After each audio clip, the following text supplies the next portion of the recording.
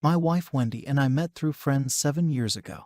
Dated for 2 years and have been married for 5 years. I worked my tail off as an associate at my firm, putting in 60 hours a week for the first 2 years of our marriage. That effort paid off and I'm doing well professionally. Wendy was a teacher at a private school, but as soon as we got married, she quit so she could go back to school for her master's in education and is currently in an educational doctoral program while working part-time. This was a bit of financial strain, since I wanted to pay off my student loans as quickly as possible, but we managed. My wife had an old laptop that she was using when we started dating. I found it in a box in a closet. She said it crashed and wouldn't work any longer. I plugged it in, tried to turn it on. Nothing. When we met, Wendy took pictures of everything, primarily selfies of her with others. Knowing that she must have had some pictures of us from that time, I yanked the hard drive and looked at it. It seemed okay. The problem must have been somewhere else. Wanting to surprise her with pictures of when we first started dating, I waited until she left to go visit her sister before I plugged it into a SATA cable connector to my PC. There were pictures there, plenty of pictures. Some were of us on dates, laughing, smiling. They brought back some good memories, but there were also others of her with different people. One person in particular I remembered. His name was Bob and Wendy had dated him before me. There were lots of pictures of her and Bob. I wanted to grab only our pictures, so I thought the easiest way would be to organize them by date, figuring the latest pictures would be of only us. But when I clicked them by date, a lot of her pictures with Bob were jumbled up with pictures of us. I began to open the pictures one by one and noticed that in a few of her pictures with Bob, where they were cuddling and kissing, she was wearing a necklace, locket that I had given her as a birthday present in the second year we were dating. I had to borrow the money from my brother to buy it. I looked at the dates on the pictures and a pattern emerged. On the days and weekends when school required my undivided attention, the times when she went to her mother's house or her sister's house to give me peace and quiet, she was meeting up with Bob behind my back. I was furious. It felt like fire ants were chewing on my brain,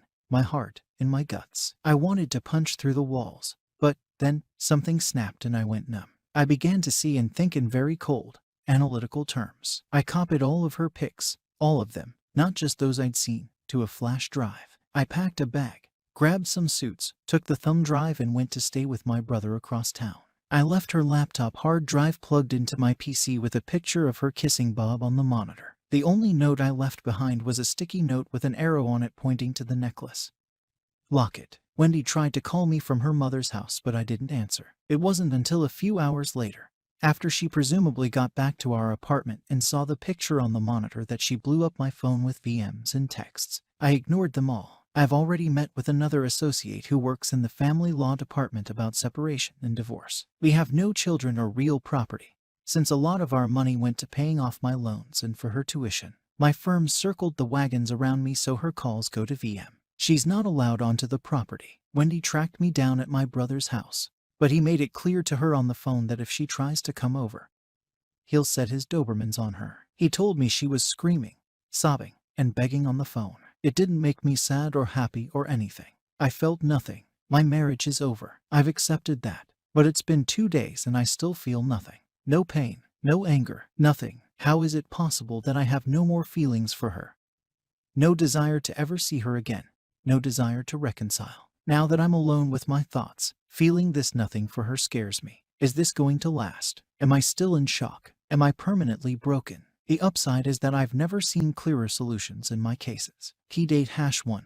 First, let me thank everyone for your replies. I'm overwhelmed by the positive responses and want to thank everyone who's experienced the same numbness for sharing with me. It helps to know that it's a normal response. I'll look into individual counseling in the near future. The associate at my firm handling my case, let's call her Gail, reviewed the other pictures on the flash drive and found quite a few where Wendy is cuddling, kissing Bob, and the engagement ring I gave her is easily discernible. When I was told this, I didn't feel any pain or anger, only elation. I smiled. Oddly enough, I asked Gail why this awful news made me happy. She said that it's because it vindicates every action I've taken since I left. I've been NC with Wendy and all communications have been through Gail, except for her family and friends who mistakenly think my brother and his wife will be a sympathetic ear. Gail's already prepared a separation agreement and scheduled a meeting with Wendy on Thursday afternoon. Gail made it clear to Wendy that if she isn't represented by counsel, then I won't be attending. A word about Gail. I can't post her firm nickname. But let's just say if you think Pit Viper, you'd get the right idea. I'm glad she's on my side. We'll be filing the petition for divorce shortly. Gail believes any spousal support will be minimal and end quickly. The only significant asset we have is the account with our savings for a down payment on a house. But it's a dual signature account with no ATM access. My Sil went over to my apartment when Wendy was supposed to be at her part-time job to grab more of my clothes and personal items. She ended up listening to Wendy for a couple of hours. The Redditor who said Wendy would straight up lie about pretty much everything nailed it. The whole time Sil was packing up my stuff, Wendy was telling one easily provable lie after another, getting nowhere. Wendy asked Sil, "Isn't there a guy in your background that just gets inside your head and you can't say no?" So, I guess that's my answer to why she cheated. Bob is a Jedi and Wendy is weak-minded. By the way, Sil did answer her question. Yes, I married him. Spending time with my brother's family has kept me from feeling isolated. My nephews are crushing me in video game and I'm enjoying every second of it.